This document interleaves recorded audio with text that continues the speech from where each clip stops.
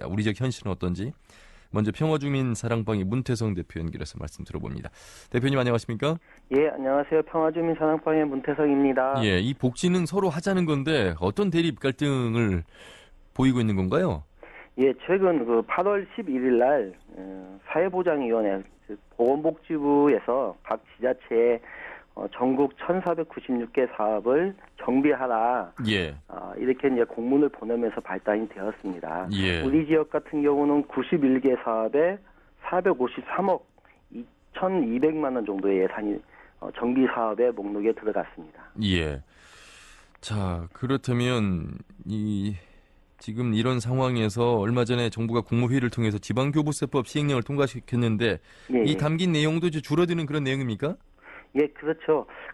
이제 지방교부세를 삭감하는 이유 중에 여러 가지가 있었는데, 예. 이 각 지방 정부에게 이 사회보장 사업을 정비하라라고 했는데 정비를 안 하니까, 예. 이제 각 지자체별로 지역 주민의 필요와 욕구에 따라서 각종 복지 사업들을 만들었는데 이걸 중앙 정부가 일방적으로 정비하라고 하면 지방 정부가 받아들이기가 좀 어렵고 현실적으로 주민의 반발도 있을 것인데 예. 이런 것들이 제대로 진행이 안 되니까 이제 지방교부세를 주는 중앙정부에서 삭감하겠다. 삭감의 근거를 만들기 위해서 지방교부세법 시행령을 개정하는 이런 국무회의에서 통과가 되었죠. 예. 분명히 이제 지방교부세 감액 대상이 확대가 되게 될 텐데 이렇게 되면 앞으로 각 지자체가 복지정책 수립할 때 더 많이 위축될 수밖에 없겠습니다. 현재도 지금 이 정비 사업을 정비하는 데도 굉장히 어려움이 있을 거고요. 또 이제 매번 신설 사업들마다 중앙정부하고 협의하는 것이 굉장히 큰 고통이겠죠. 예. 중앙정부가 계속 지방정부의 지역복지 사업들을 위축시키고 축소하려고 하는 이 움직이게 되면서 지방정부는 지역 주민들의 이해와 요구들을 반영할 수 없는 예. 현실적 어려움이 발생하는 것입니다. 그러니까요. 각 지자체가 계속해서 이 복지에 대한 비중은 늘리고는 있습니다만 여전히 어렵다 이런 이제 현실인데 특히 평화주민사랑방 대표를 하고 계시면서 많은 도내 그 지역 내 기초생활수급자 어려운 분들 많이 만나고 계시잖아요. 예, 그렇죠. 지원이 절실한 곳들을 가시게 될 텐데 직접 보시면서 어떤 이야기들을 가장 많이 들으시는지요? 저희 단체는 기본적으로 기초수급 상담을 좀 하고 있고요. 예.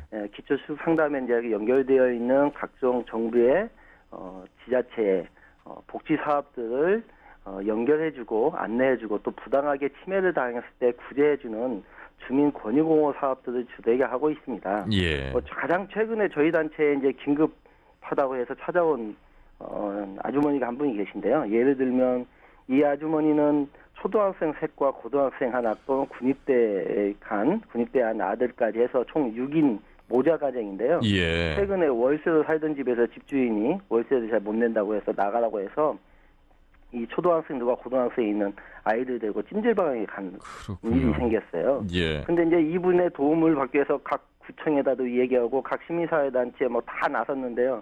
저희 단체 이제 결국에 또 저희 단체로 와서 예. 저희 단체에 상담하게 되었고 이분은 이제 기본적으로 국민기초생활수급자가 되어야 되고 예. 그 이전에 이제 긴급하게 국가가 하는 긴급 주거 지원을 받을 수 있어야 되는데 이제 상담하는 과정에서 좀 특이한 사항은 정부가 덕진구청인데요. 덕진구청에서 이분이 긴급 지원 예산이 모자라서 긴급 지원 예산을 중단했다는 얘기도 나오고요. 그러니까요. 또 LH에서 긴급으로 주거 지원을 하고 있는데 예. 보증금 900만 원이 없어서 집을 주겠다는데도 이 900만 원이 없어서 집을 못 들어간 사례이기도 합니다. 예, 잠시만 기다려 주시고요. 예.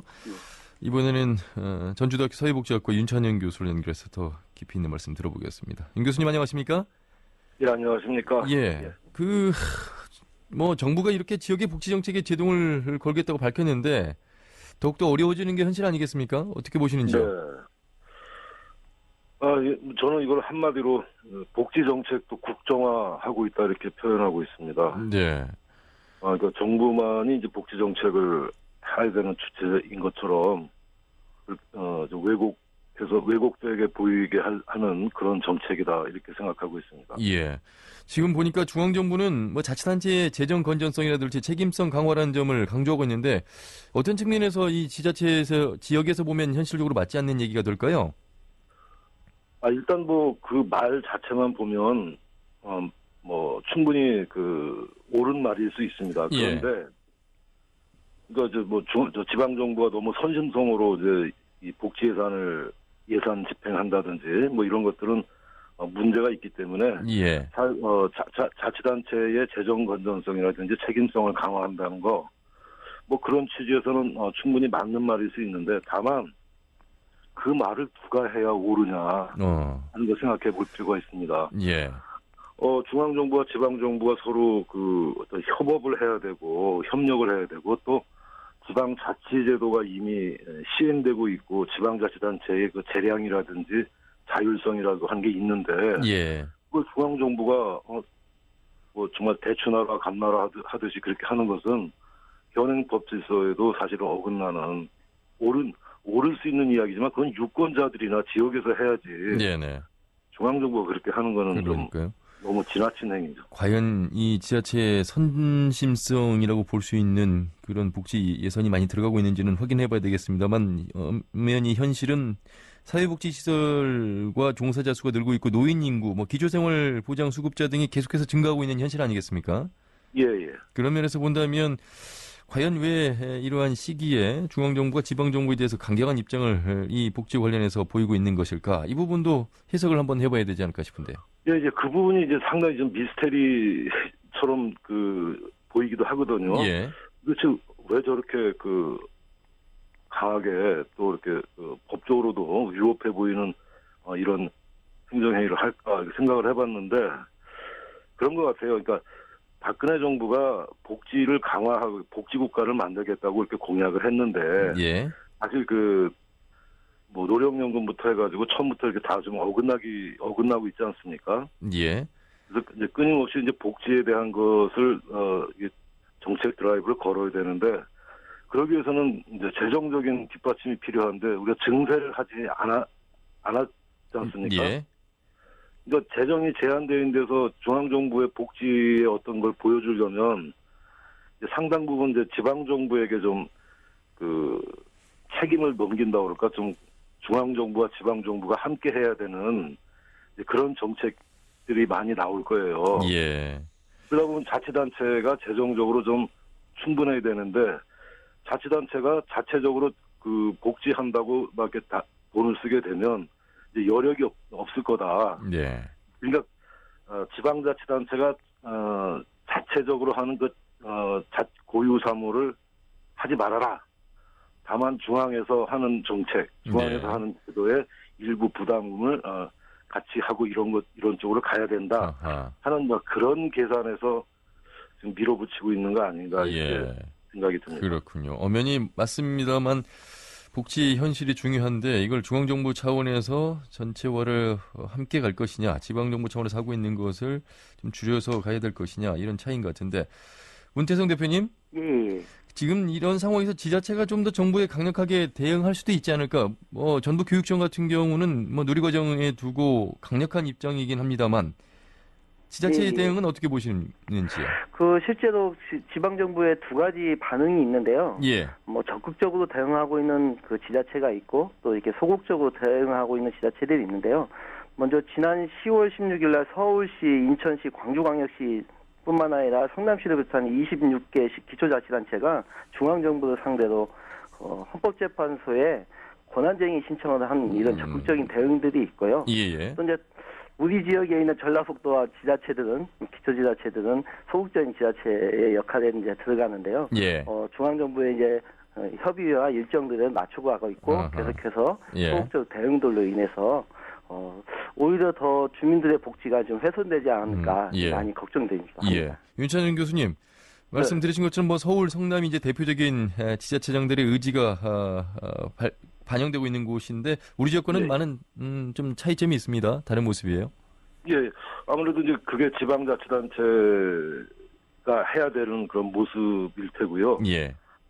사실 우리 전라북도 같이 이렇게 경제적으로 낙후된 지역은 지방자치법의 목적처럼 이렇게 지역 주민의 복리 증진을 목적으로 하는 그런 지방자치보다는 예. 경제개발이라고 하는 것을 상당히 좀 목을 매다 보니까 아.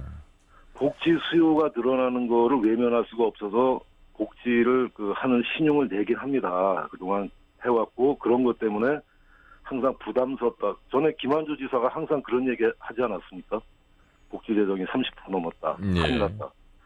근데 이번에 중앙정부에서 이렇게 이제 유사 중복 사업이라는 명분으로 하지 못하게 하니까 내심 반가운 거죠. 아하.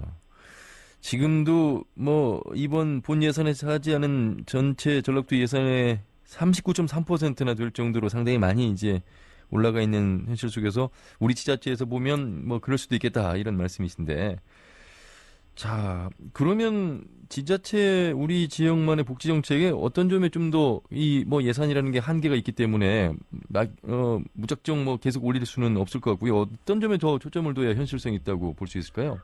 그러니까 뭐 전체 도민이라든지 전 국민을 대상으로 하는 건 중앙정부가 책임을 지고 예. 우리 지역에 있는 소외계층이나 이렇게 열악한 그런 사회적 하위 계층에 대해서 집중적으로 좀 중앙정부가 우리 지방자치단체가 해야 되거든요. 예. 지금 기초수급자만 해도 전국에 한 130만 남짓 되는데 다시는 빈곤하지만 수급자가 되어야 하지만 여러 가지 법적 제약 때문에 되지 못하는 분이 그의 2배 이상이 되는 사각지대가 있거든요. 예. 그런 부분에 대해서 지방자치단체가 지원해주고 해야 되는데 그게 또 유사 중복 사업 이래 가지고 못하게 한다든지 이렇게 되니까 정말 완전히 좀 복지적인 측면에서 볼 때는 패착을 두고 있는 거죠. 그렇군요. 문태성 대표님, 현장에서 보시는 이 복지의 사각지대에 계신 경우 어떤 경우가 있는지 좀 더 말씀해 주시죠. 먼저 국민기초생활수급자의 경우에요. 전국에서 우리 전북도는 전국 평균 2.6%인데 우리 도는 4.6%로 인구 대비 수급자가 가장 많은, 가장 빈곤한 도민들이 많은 도입니다. 그래서 전국에서 가장 높은 수급률이 1위인 도고요. 또 한 가지는 우리가 이제 그동안 지역에서 많이 얘기했던 복지 예산이 많이 들어가고 있다는 논리 속에는 사실 우리 지자체들을 다 전국에 비교 평가를 해봤더니 전국 평균이 13.4%이거든요. 자체 복지 사업 예산이. 근데 우리 전북도는 2.2%밖에 안 돼요. 즉 중앙정부에서 주는 예산들을 가지고 복지 예산이 많은 것이지 지방 자체 예산을 가지고 복지 예산이 많은 게 아니거든요. 그만큼 지방 정부가 스스로 할 수 있는 복지 예산이 전국에서 꼴찌거든요. 그런다면 우리는 유사 중복 사업보다는 지방 자치가 스스로 하는 복지 예산들을 좀 늘리고 사업들을 늘려야 되는 상태인 거죠. 그래서 주민들의 아까 이제 교수님께서 말씀하신 사각지대, 뭐 이런 빈곤층의 사각지대가 워낙 많은 우리 전북도에서 빈곤층 주민들을 위한 복지 사업들이 자체적으로 좀 연구되고 또 고민돼야 될 것 같습니다. 예. 윤 교수님, 끝으로 좀 정리 좀 해주시죠. 네. 아무튼 뭐 이 부분 지방자치단체가 좀 법적으로 또 행정적으로 적극적으로 대응해서 이 겨울철 오고 있는데 지역의 어려운 분들 정말 좀 따뜻한 겨울을 보낼 수 있도록 그렇게 이루어졌으면 좋겠습니다. 알겠습니다. 오늘 복지 정책에 대해서 말씀 들어봤습니다. 두 분 말씀 잘 들었습니다. 고맙습니다. 네, 고맙습니다. 감사합니다. 평화중인 사랑방의 문태성 대표, 전주대학교 사회복지학과 윤찬영 교수였습니다.